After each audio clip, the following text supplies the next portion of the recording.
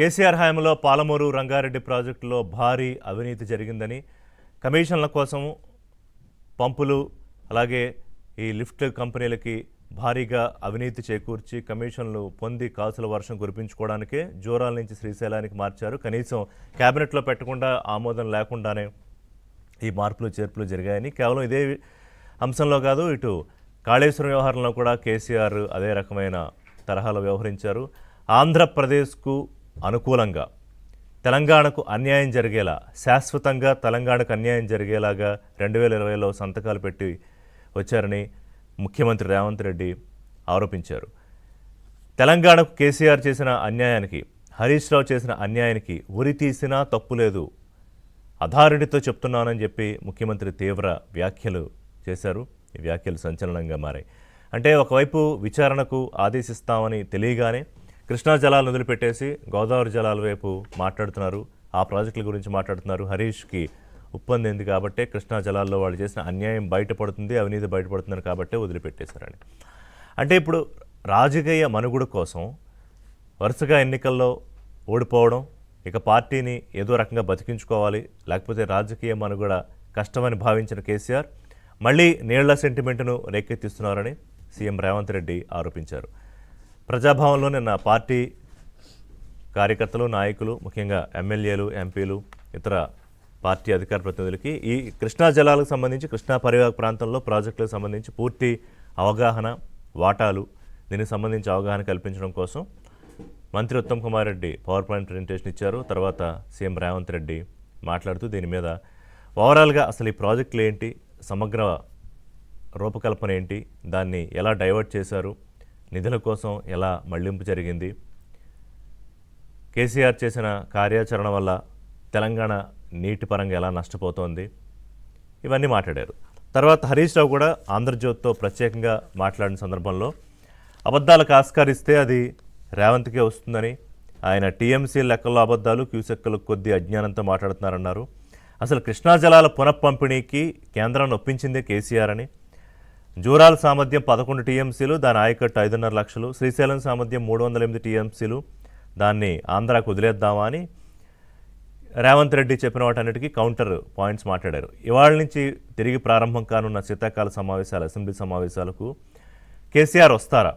ఎందుకంటే ఒకవైపు ఆయన చేసిన అన్యాయానికి ఉరితీసినా తప్పులేదు అని చెప్తున్న ముఖ్యమంత్రి మళ్ళీ గౌరవంగా అసెంబ్లీకి ఆహ్వానించారు. మీరు రండి, ఒకవేళ వాస్తవాలు కాదనుకుంటే మేము చెప్తున్నది మీరు అక్కడే చెప్పే అవకాశం మీకు ఉంది కదా, రాష్ట్ర ప్రజలకు తప్పు జరగలేదంటే చెప్పండి, ఎవరు తప్పు ప్రజలే తేలుస్తారని. మరి కేసీఆర్ అసెంబ్లీకి వస్తారా? మరోవైపు హరీష్ రావు పవర్ పాయింట్ ప్రజెంటేషన్కి సిద్ధమవుతున్నట్టు అవకాశం ఇస్తే, గతంలో అవకాశం ఇవ్వలేదు కాంగ్రెస్ పార్టీకి ప్రతిపక్షంలో ఉన్నప్పుడు, మరి ఇప్పుడు అవకాశం అడుగుతున్నారు హరీష్ రావు. దొరకడం కష్టమే అవ్వచ్చు, బయట కూడా ప్రెస్ మీట్ పెట్టి పవర్ పాయింట్ ప్రజెంటేషన్ ఇవ్వచ్చు హరీష్ రావు. మొత్తం మీద ఏంటంటే పాలమూరు రంగారెడ్డి తెలంగాణలో రాజకీయంగా ఒక పెద్ద అంశంగా మారబోతోంది వచ్చే ఎన్నికల నాటి వరకు కూడా. ఒకవైపు కాళేశ్వరం విషయంలో ప్రస్తుతం సిబిఐ కోర్టులోకి బాల్ వెళ్ళింది. అంటే ఎప్పటి నుంచో అనుమతుల కోసం వేచి ఉండి, తీరా అనుమతులు వచ్చాక, కేసీఆర్ అధికారంలోకి వచ్చాక వాటి పేర్లు మార్చి, ఊర్లు మార్చి, ప్రాజెక్టు అంచనా వ్యయం మార్చి, కమిషన్ల కోసం, భారీ అవినీతి కోసం ఈ 10 ఏళ్ళు ఆయన చేసిన పని అదే. తెలంగాణకు నీరు ఇవ్వకుండా అన్యాయం చేశారని ముఖ్యమంత్రి రేవంత్ రెడ్డి ఆరోపిస్తున్న అంశం. ఇక్కడ హైపవర్ కమిటీ సమావేశంలో ఒప్పుకున్న దాని ప్రకారం 299 టీఎంసీలు అంటే 34% తెలంగాణకు, 512 టీఎంసీలు అంటే 66% ఆంధ్రప్రదేశ్కు వాటాకు శాశ్వతంగా అంగీకరించారు. అంటే ట్రిబ్యునల్ కేటాయింపులు జరిగే వరకు 2020లో ఈ ఒప్పందం జరిగింది.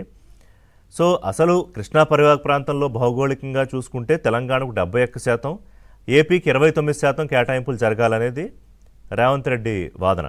దాని ప్రకారం ఏంటి, 555 టీఎంసీలు తెలంగాణకి రావాలి. అంటే మొత్తం 1005 టీఎంసీల్లో కేవలం 763 టీఎంసీలు తెలంగాణకు రావాలి, 287 టీఎంసీలు మాత్రమే ఏపీకి జరగాలి. కానీ ఇప్పుడు రోజుకు 13-13.5 టీఎంసీలు ఆంధ్రప్రదేశ్కి తీసుకెళ్ళిపోతుంటే 0.25 టీఎంసీలు కూడా తెచ్చుకునే సామర్థ్యం లేని పరిస్థితిలో తెలంగాణను వదిలిపెట్టేశారు. ఎంతకన్నా అన్యాయం ఉంటుందా అని రేవంత్ రెడ్డి ప్రశ్న. సో పాలమూరు రంగారెడ్డి పేరుతో తెలంగాణకు జరిగిన మోసము, దగ, అన్యాయము ఆయనకి కమిషన్లు, హరీష్ రావు కమిషన్లు, భారీ అవినీతి, దీనిపైన స్పష్టమైన విచారణకు ఆదేశించబోతున్నాము అని స్పష్టం చేశారు ముఖ్యమంత్రి. అది సభలో ఈ సమావేశాల్లో పూర్తిగా A to Z Revanth Reddy సభ ముందు పెట్టబోతున్నారు. కేసీఆర్ ముఖ్యమంత్రిగా ఉన్నప్పుడు ఏ ఒప్పందాలు చేసుకున్నారు, మనకు రావాల్సిన వాటాలంతా, ట్రిబ్యునల్స్ అవార్డ్స్ ఏంటి, ఇవన్నీ కూడా చెప్పబోతున్నారు. ఆంధ్రప్రదేశ్ అంశం కూడా ఇందులో ప్రస్తావన తీసుకొచ్చారు. అంటే మళ్ళీ మేము ఇప్పుడు దీన్ని తిరిగి తోడుతున్నాం కాబట్టి మాజీ ముఖ్యమంత్రిగా ఉన్న జగన్ చంద్రబాబు నాయుడుకి అఫీషియల్గా ఒక లేఖ రాశారు, మీరు రియాక్ట్ అవుతారా అవ్వరా, లేకపోతే ఆంధ్రప్రదేశ్కి అన్యాయం చేస్తారా అని. అంటే వాళ్ళలో గుబులు మొదలైంది, సో మేము చేసేది కరెక్టే అని. సో దోపిడీ అనే అంశం కూడా మాట్లాడారు. ఆంధ్రప్రదేశ్ 13 TMCలు దొంగతనం చేసుకుపోతూ ఉంటే ఈ పదం వాడారు రేవంత్ రెడ్డి గారు, మీరు ఏం చేస్తున్నారు అని. సో ఇందులో మళ్ళీ ఏపీ తెలంగాణ నీటి వివాదాలు, జల వివాదాలు తెరపైకి రావడం,